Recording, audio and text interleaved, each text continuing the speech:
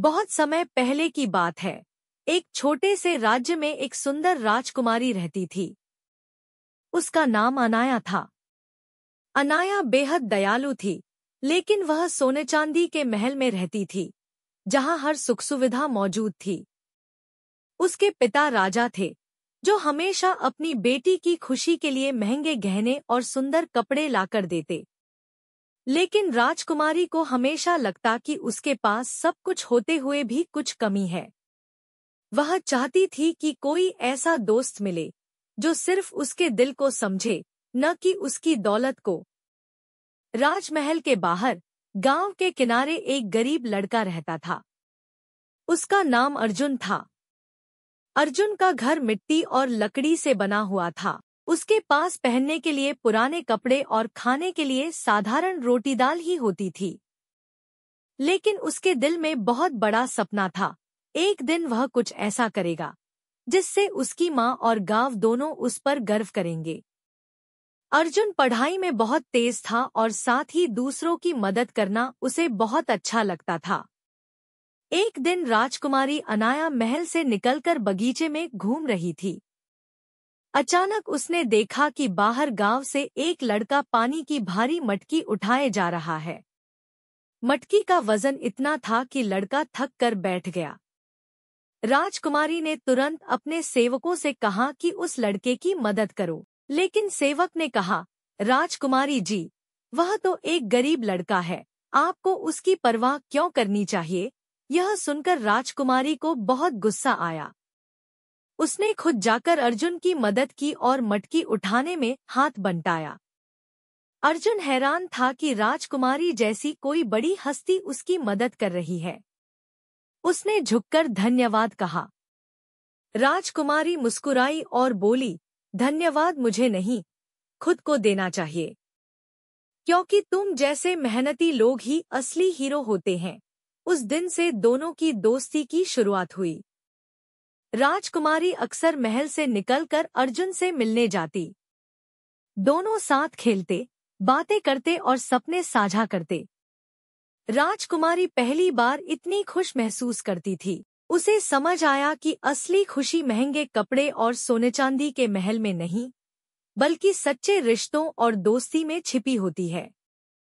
लेकिन जब राजा को यह बात पता चली तो वह बहुत नाराज हुए। उन्होंने राजकुमारी को डांटते हुए कहा, अनाया, तुम एक राजकुमारी हो। तुम्हारी दोस्ती सिर्फ राजाओं और राजकुमारों से होनी चाहिए, न कि गांव के गरीब लड़कों से। राजकुमारी ने कहा, पिताजी, अगर कोई गरीब है तो इसका मतलब यह नहीं कि वह बुरा इंसान है। अर्जुन का दिल सोने से भी ज्यादा साफ है। राजा को यह बात बिल्कुल पसंद नहीं आई। उन्होंने राजकुमारी को महल से बाहर जाने से रोक दिया। लेकिन राजकुमारी ने हार नहीं मानी। वह रात के समय महल की दीवार फांदकर अर्जुन से मिलने जाती। दोनों की दोस्ती और गहरी होती गई। कुछ समय बाद राज्य में बहुत बड़ा संकट आ गया। पड़ोसी राज्य के राजा ने हमला कर दिया। महल के सैनिक तैयार थे, लेकिन वे इतने बहादुर नहीं थे। तभी अर्जुन ने गांव के लोगों को इकट्ठा किया और सबको समझाया कि अगर हम सब मिलकर लड़े तो अपने राज्य को बचा सकते हैं।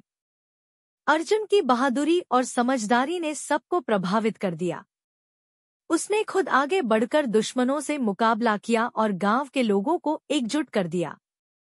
राजकुमारी ने भी अर्जुन का साथ दिया। उसने महल के अंदर से योजनाएं बनाई और अर्जुन ने बाहर मैदान में लड़ाई की। अंततः दुश्मनों को हरा दिया गया और राज्य बच गया। राजा को अब समझ आया कि जिस गरीब लड़के को वह नीचा समझ रहे थे, वही असली हीरो है। उन्होंने अर्जुन को दरबार में बुलाया और कहा, बेटा, आज तुमने साबित कर दिया कि इंसान की असली पहचान उसकी दौलत से नहीं, बल्कि उसके कर्मों से होती है। राजकुमारी गर्व से बोली, पिताजी, मैंने कहा था ना, अर्जुन सोने से भी ज्यादा अनमोल है। राजा मुस्कुराए और बोले, अब से अर्जुन सिर्फ गांव का लड़का नहीं, बल्कि हमारे राज्य का अभिन्न हिस्सा है। अर्जुन को महल में जगह दी गई और उसे राज्य का मंत्री बना दिया गया। वह अब सिर्फ राजकुमारी का दोस्त ही नहीं, बल्कि पूरे राज्य का रक्षक बन गया। राजकुमारी और अर्जुन ने मिलकर राज्य में शिक्षा और समानता फैलाने का काम शुरू किया। अब न महल में कोई अमीर गरीब का भेद रहा, न ही गांव में कोई उपेक्षित। सबने मिलकर राज्य को एक परिवार बना दिया।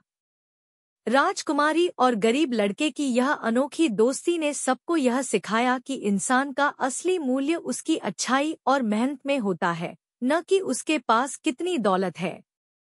और इस तरह राजकुमारी और गरीब लड़के की कहानी पूरे राज्य में मशहूर हो गई। बच्चे बूढ़े सब इस कहानी को सुनाते और कहते, दोस्ती अगर सच्ची हो तो अमीरी गरीबी कभी दीवार नहीं बन सकती।